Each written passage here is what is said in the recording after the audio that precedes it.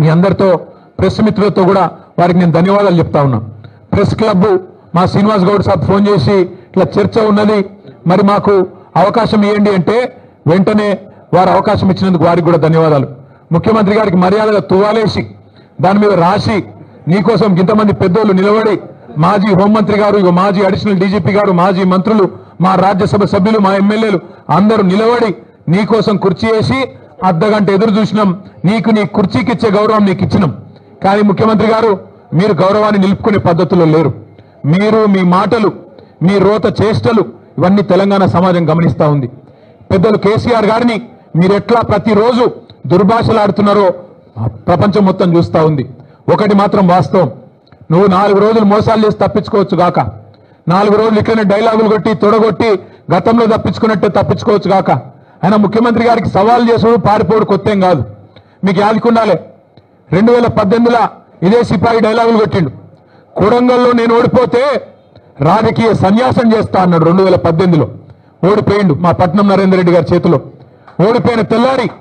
ఓడిపోయిన తెల్లారో మర్నాడో సిగ్గు తప్పి మాట తప్పి మళ్ళీ పార్లమెంట్ ఎన్నికల్లో తగుదునమ్మని మళ్ళా నిలబడ్డాడు. అంతకుముందు కొట్టిండు డైలాగ్ 2015లో జిహెచ్ఎంసీలో కనుక టీఆర్ఎస్ సొంతంగా గెలిస్తే నేను రాజకీయ సన్యాసం తీసుకుంటా అన్నాడు. మళ్ళా అప్పుడు కూడా మాట తప్పిండు. ఇవాళ కూడా తొడగొట్టిండు, సవాల్ చేసిండు.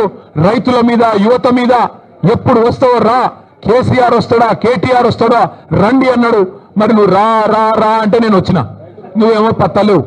రైతు బంధు మీద చర్చ అన్నావు, అదేవిధంగా రైతు శ్రేయస్సు మీద చర్చ అన్నావు, యువతకు ఇచ్చిన ఉద్యోగాల మీద చర్చ అన్నావు. అన్నిటికీ మేము సిద్ధంగానే ఉన్నాం. రేవంత్ రెడ్డి గారికి మళ్ళొక మాట చెప్తా ఉన్నాను, నువ్వు ముఖ్యమంత్రివి, నేను ఒప్పుకుంటా. నువ్వు నాకంటే ఎక్కువ బిజీగా ఉంటావు, నీకు నాకంటే ఎక్కువ పని ఉంటుంది, నేను ఒప్పుకుంటా. అందుకే మళ్ళొకసారి చెప్తా ఉన్నా, ముఖ్యమంత్రి గారు ప్లేస్ మీరే డిసైడ్ చేయండి, టైం మీరే డిసైడ్ చేయండి. ఆఖరికి నీ జూబ్లీ హిల్స్ ప్యాలెస్ కు రమ్మంటే కూడా తప్పకుండా వస్తాం. కానీ మీరు ఏ అంశం మీద చర్చ పెట్టినా మేము సిద్ధంగా ఉన్నాం. కేసీఆర్ తయారు చేసిన గులాబీ దండు, గులాబీ సైనికులం సిద్ధంగా ఉన్నాం. మాట్లాడుతూ ముఖ్యమంత్రి ఆయన మంత్రులు కొత్త పదం నేర్చుకున్నారు. మేము కేసీఆర్ రమ్మన్నాం. అరే నీకు నేను ఒకటే అడుగుతున్నా ముఖ్యమంత్రి, మా పిల్లలు సోషల్ మీడియాలో పోస్ట్ పెడితేనే గడగడలాడుతున్నావు, నీకు కేసీఆర్ కావన్నా? చిన్న పిల్లలు, కాలేలు చదువుకునే పిల్లలు చిన్న పోస్టులు పెడితే దానికే గడగడలాడుకుంటే వాళ్ళని తీసుకుపోయి జైల్లో పెడుతున్నావు, నీకు కేసీఆర్ కావన్నా? నీ లెవెల్కు మేము చాలు, నీ లెవెల్కు మేము సమాధానం చెప్పే సత్తా కేసీఆర్ తయారు చేసిన ఇంతమంది సైనికులకు మాకు ఎవ్వరితోని, నువ్వు నన్నే కాదు, మా ఎమ్మెల్సీలు, మా ఎమ్మెల్యేలు, మా ఎంపీలు, మా మాజీ ఎమ్మెల్యేలు, మాజీ ఎంపీలు, సీనియర్లు, మా పార్టీలో ఏ నాయకుడైనా నీకు సరిపోతాడు నిజానికి. కానీ నువ్వు ముచ్చటపడుతున్నావు, పేరు తీసుకున్నావని నేను వచ్చినా, మళ్ళా నువ్వు ఎప్పుడు పిలిచినా వస్తా. లేదా నీకు చర్చ చేసే ధైర్యం లేదు, స్పీకర్ గారిని అడ్డం పెట్టుకొని మైక్ కట్ చేసుకుంటా అసెంబ్లీలే టైంపాస్ చేస్తా అంటే అది కూడా ప్రజలు చూస్తా ఉన్నారు. నీకు నిజంగానే నిజాయితీ ఉంటే, నిబద్ధత ఉంటే చర్చకు రా, లేకపోతే ముక్కు నేలకు గీసి కేసీఆర్ కు క్షమాపణ చెప్పు. తప్పుడు కూతలు కూసినందుకు రైతు బంధు లాంటి పథకం పెట్టిన మహానాయకుడు, రైతు బీమా లాంటి పథకం తెచ్చిన మహానాయకుడు, భారతదేశ చరిత్రలో మొట్టమొదటిసారి 24 గంటలు రైతుకు ఉచితంగా కరెంట్ ఇచ్చిన నాయకుడు కేసీఆర్. అట్లాంటి నాయకుడిని అడ్డగోలుగా మాట్లాడినందుకు ముక్కు నేలకు రాసి చర్చకు వచ్చే దమ్ము లేదు, కేవలం నాకు రచ్చ చేయడం మాత్రమే తెలుసు అని చెప్పి తప్పుకో, క్షమాపణ చెప్పు. అంతేగాని ఇట్లాంటి పనికిమాలిన డైలాగులు, పనికిమాలిన సవాళ్లు మరొకసారి విసిరొద్దు. విసిరితే మాట మీద నిలబడు అని మళ్ళొకసారి విజ్ఞప్తి చేస్తూ, ఈరోజు పెద్ద ఎత్తున కదిలి వచ్చిన మా ఆడబిడ్డలు, మా అన్నదమ్ముళ్ళు పేరు పేరున అందరికీ నమస్కారాలు. చివరిగా इंग्लिश मीडिया, हिंदी मीडिया కూడా ఉన్నది, వారి కోసం ఒక రెండు మాటలు. हमारे यहाँ के तेलंगाना राज्य के मुख्यमंत्री रेवंत रेड्डी, जिन्होंने 420 वादे तेलंगाना की जनता से करके जीत के गद्दी पे बैठ गए, जिस दिन से जीते, जिस दिन से उनको जीत मिली, जब से वो मुख्यमंत्री बने आज तक एक भी वादा ढंग से अमल नहीं कर रहे। उसके ऊपर आज रेवंत रेड्डी ने हमको ललकारा, हमको चैलेंज किया, या तो केसीआर आए आपके पार्टी से, चाहे केसीआर को बुला लीजिए या केटीआर को बुला लीजिए, मैं चर्चा करने के लिए तैयार हूं कि किसानों के लिए किसने क्या किया, तेलंगाना की युवा के लिए 10 साल में आपने क्या किया, 18 महीने में हमने क्या किया, इस बात पे चर्चा करने के लिए हम तैयार है करके रेवंत रेड्डी जी ने हमको सवाल किया। सवाल को हमने स्वीकारा और आज प्रेस क्लब में हमारे प्रेस भाई और बहनों के सामने यहां पे हमने इंतजार किया आधा घंटा। मुख्यमंत्री जी को एक अच्छी तरह से यहां पे उनके लिए कुर्सी भी सजा के यहां पे हमने रखा, उनका इंतजार भी किया। बट लगता है रेवंत जी को सवाल करना आता है, जवाब सुनने का उनको कोई पेशेंस नहीं है, उनमें कोई सब्र नहीं है।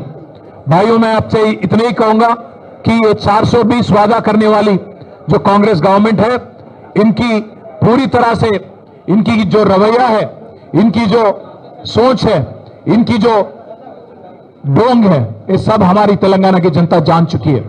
राहुल गांधी, मल्लिकार्जुन खड़गे साहब जो पॉलिटिकल टूरिस्ट बन के आए, यहां पे SC ST declaration, BC declaration, Telangana youth declaration, 2 lakh युवाओं को रोजगार, ये सब वादा किया।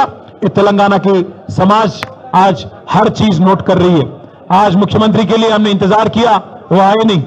हम तो तैयार है, आगे भी मुख्यमंत्री अगर प्लेस तय करेंगे, डेट तय करेंगे, जहां भी वो बुलाएंगे हम तैयार रहेंगे, हम आएंगे। और साथ ही साथ आखिरी में मैं इतना ही कहूंगा कि कांग्रेस पार्टी की गद्दारी, कांग्रेस पार्टी की जो फरेब आज तेलंगाना की जनता को समझ आ गई। पता नहीं क्यों मोदी जी को नहीं समझ आ रहा है। बार बार आते हैं मोदी जी और अमित शाह जी और कहते तो बातें तो बहुत करते हैं, आके कहते हैं कि रेवंत रेड्डी यहां पे तेलंगाना गवर्नमेंट को कांग्रेस पार्टी के लिए ATM बना दिया, पर कोई कार्रवाई नहीं होता, कोई इन्वेस्टिगेशन नहीं होता, ना रेवंत रेड्डी पे, ना उनके मिनिस्टरों पे, ना उनके झूठे वादों पे, ना उनके किस्सों पे। मैं आपको 2 चीज सुनाता हूं। रेवंत रेड्डी ने अपने खुद के साले को 1100 करोड़ का प्रोजेक्ट दे दिया अमृत स्कीम में। उस पे हम गए दिल्ली, शिकायत किए, केंद्र सरकार से रिक्वेस्ट किए कि आप जांच करिए, कोई कुछ नहीं होता। यहां पे आते हैं, कहते हैं कि ये बड़ा वसूली कर रहे हैं, पर कोई कार्रवाई नहीं होता, कोई ED नहीं आती, कोई CBI नहीं, कोई IT नहीं। साथ ही साथ यहां पे SLBC टनल टूट जाता है, कोई NDSA नहीं आता। यहां पे वट्टम पंप हाउस डूब जाता है, कोई NDSA नहीं आता।